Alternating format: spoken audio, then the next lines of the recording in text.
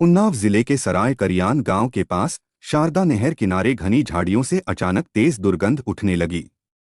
शुरू में गांव वालों को लगा कि शायद कोई जानवर नहर किनारे मर गया होगा, लेकिन जब गंध कई दिनों तक कम नहीं हुई तो कुछ ग्रामीणों ने हिम्मत जुटाकर झाड़ियों की ओर कदम बढ़ाए। वहां पहुंचकर उन्होंने देखा कि झाड़ियों में एक नीला प्लास्टिक का ड्रम पड़ा है। ड्रम बंद था और उसके चारों ओर मक्खियों का झुंड मंडरा रहा था। करीब जाकर देखने पर ग्रामीणों ने पाया कि ड्रम के किनारों से खून की सूखी लकीरें जमी हुई हैं। यह नज़ारा देख ग्रामीणों के होश उड़ गए। तुरंत किसी ने मोबाइल निकालकर दही थाने में फोन कर पुलिस को सूचना दी।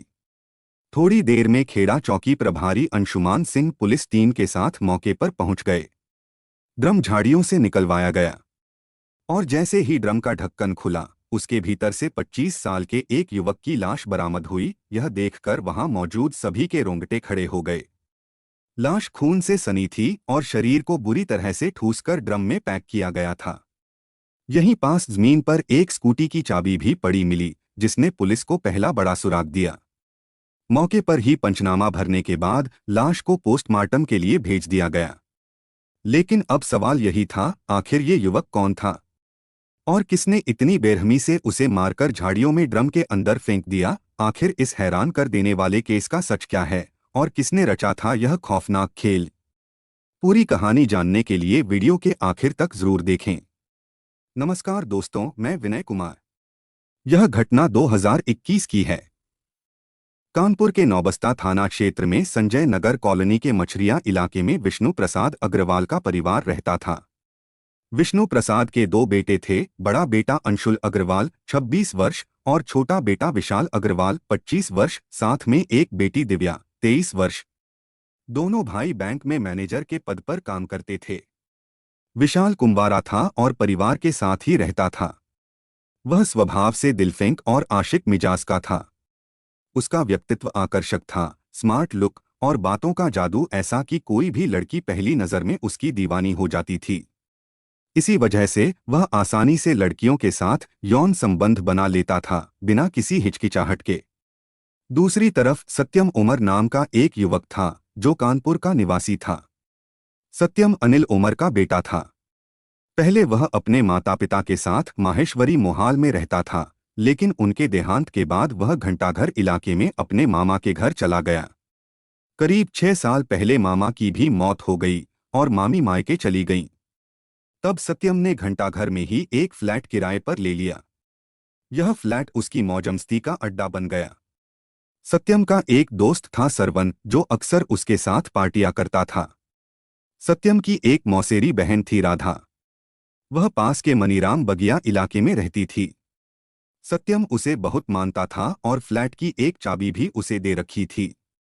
राधा बेधड़क फ्लैट पर आती जाती थी, जैसे वह उसका अपना घर हो। वह सत्यम के लिए घरेलू काम भी कर देती थी, जैसे कपड़े संभालना या कमरे साफ करना। विशाल और सत्यम की मुलाकात एक बैंक में इंश्योरेंस का काम करने वाली एक युवती के जरिए हुई।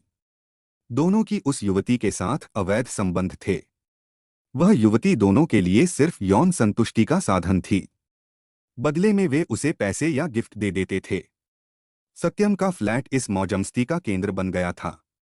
विशाल अक्सर वहां आता जाता था। दोनों दोस्त बन गए और सरवन भी उनके साथ जुड़ गया। फ्लैट पर पार्टियां होती, शराब पी जाती और कभी कभी अन्य लड़कियां भी शामिल होतीं। यह सब गुप्त रूप से चलता था, क्योंकि दोनों अपनी सामाजिक छवि बचाना चाहते थे। करीब 2 साल पहले एक दिन राधा सत्यम के फ्लैट पर आई। वहां विशाल भी मौजूद था, शायद किसी पार्टी या मिलने के सिलसिले में। पहली मुलाकात में ही दोनों एक दूसरे की ओर आकर्षित हो गए। विशाल राधा की खिलती किशोरावस्था, मासूमियत और सुंदरता से हतप्रभ रह गया। वहीं राधा विशाल की माचो बॉडी, आकर्षक बातों और आत्मविश्वास की दीवानी बन गई। यह पहली नजर का प्यार था, दोनों के दिल धड़क उठे। उसके बाद विशाल और राधा गुप्त रूप से मिलने लगे। वे साथ घूमते फिरते, लेकिन सत्यम की नजरों से बचकर। वे नहीं चाहते थे कि सत्यम को उनके रिश्ते की भनक लगे, क्योंकि राधा सत्यम की बहन थी और वह बहुत सुरक्षात्मक था। धीरे धीरे उनका प्रेम गहरा होता गया। विशाल ने राधा को शादी के सपने दिखाए, ऐशो आराम की जिंदगी का वादा किया। राधा उसके जाल में फंस गई। मौका मिलते ही विशाल ने राधा से शारीरिक संबंध बना लिए और राधा ने इसमें स्वीकृति दे दी। अब सत्यम की गैर मौजूदगी में राधा विशाल को उसी फ्लैट पर बुलाती थी। यह सब गुप्त था, लेकिन खतरे से भरा।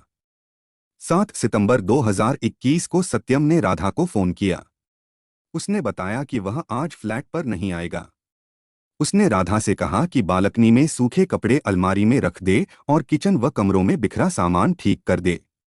राधा ने इस मौके को अपने प्रेमी विशाल के साथ मौज करने का अवसर मान लिया। उसने तुरंत विशाल को फोन किया और शाम को खाने पीने का सामान लेकर आने को कहा। राधा शाम से पहले फ्लैट पर पहुंच गई, कमरों को साफ किया और इंतजार करने लगी। शाम के 8:30 बजे तक विशाल नहीं आया, जबकि उसने 8 बजे तक आने का वादा किया था। राधा ने विशाल को फोन किया, लेकिन वह रिसीव नहीं हुआ। यह एक मिस्ड कॉल थी।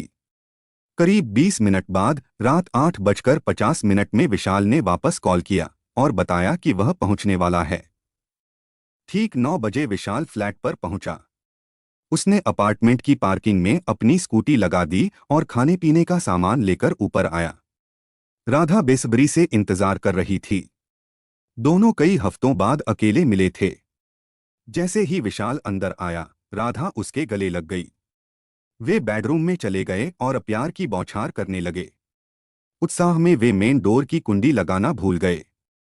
दोनों बेडरूम में यौनाचार में लीन हो गए, आंखें मूंदे बेफिक्र। इधर सत्यम का वाटर प्लांट का काम जल्दी खत्म हो गया और वह अचानक फ्लैट पर आ गया। दरवाजा खुला देख वह ड्राइंग रूम में दाखिल हुआ।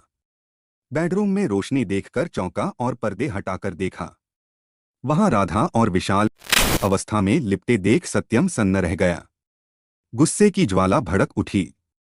वह चुपचाप नीचे गया, लोहे की रॉड निकाली और वापस आकर विशाल के सिर पर दे मारी। एक ही वार में सिर से खून बहने लगा। राधा डरकर दूसरे कमरे में भाग गई।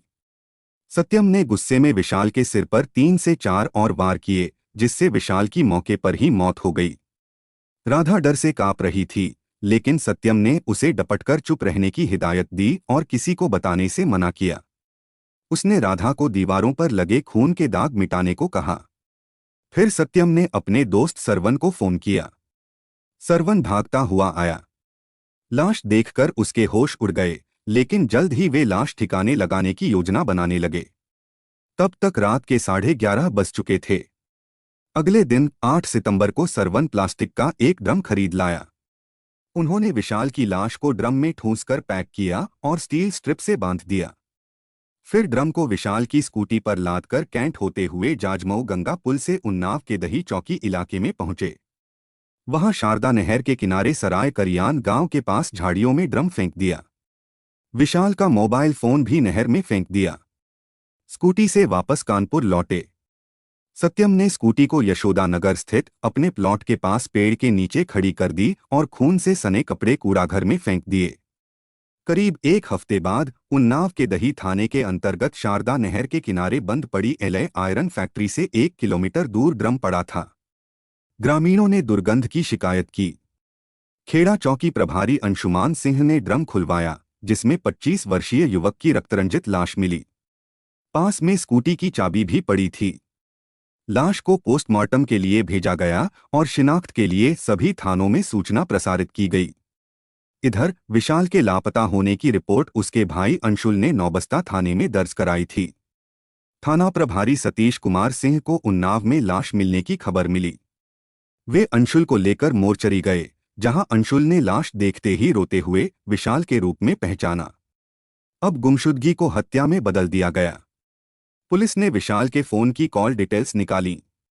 आखिरी कॉल 7 सितंबर रात 8:50 की थी और 8:30 बजे एक मिस्ड कॉल। 10 बजे के बाद phone switch off. Missed call Satyam के नंबर से थी। पुलिस सत्यम के पुराने पते पर गई, लेकिन वह वहां नहीं मिला। मुखबिरों से पता चला कि वह अब रामनारायण बाजार के फ्लैट में रहता है। पुलिस ने दबिश दी। सत्यम और सरवन भागने लगे, लेकिन पकड़े गए। फ्लैट में राधा भी थी। कमरों की जांच में दीवारों पर खुरचे निशान मिले, जो खून मिटाने के थे। पूछताछ में सत्यम ने मिस्ड कॉल राधा का बताया। राधा से पूछा गया तो वह घबरा गई। पुलिस के दबाव में राधा टूट गई और पूरा किस्सा बता दिया। फिर सत्यम और सरवन ने भी जुर्म कबूल लिया। पुलिस ने राधा का वैजाइनल टेस्ट करवाया संबंध की पुष्टि के लिए और आरोपियों की निशानदेही पर स्कूटी, लैपटॉप और लोहे की रॉड बरामद की। अंशुल को वादी बनाया गया। सत्यम, सरवन और राधा को आईपीसी की धारा 302 हत्या, 201 साक्ष्य छिपाना और 120 बी षड्यंत्र के तहत कोर्ट में पेश किया। सत्यम और सरवन को जिला कारागार भेजा गया, राधा को नारी निकेतन। यह कहानी साबित करती है कि अनैतिक संबंध कितने खतरनाक हो सकते हैं। एक छोटी सी भूल ने 3 जिंदगियों को बर्बाद कर दिया। विशाल की मौत, सत्यम और सरवन की सजा और राधा का भविष्य।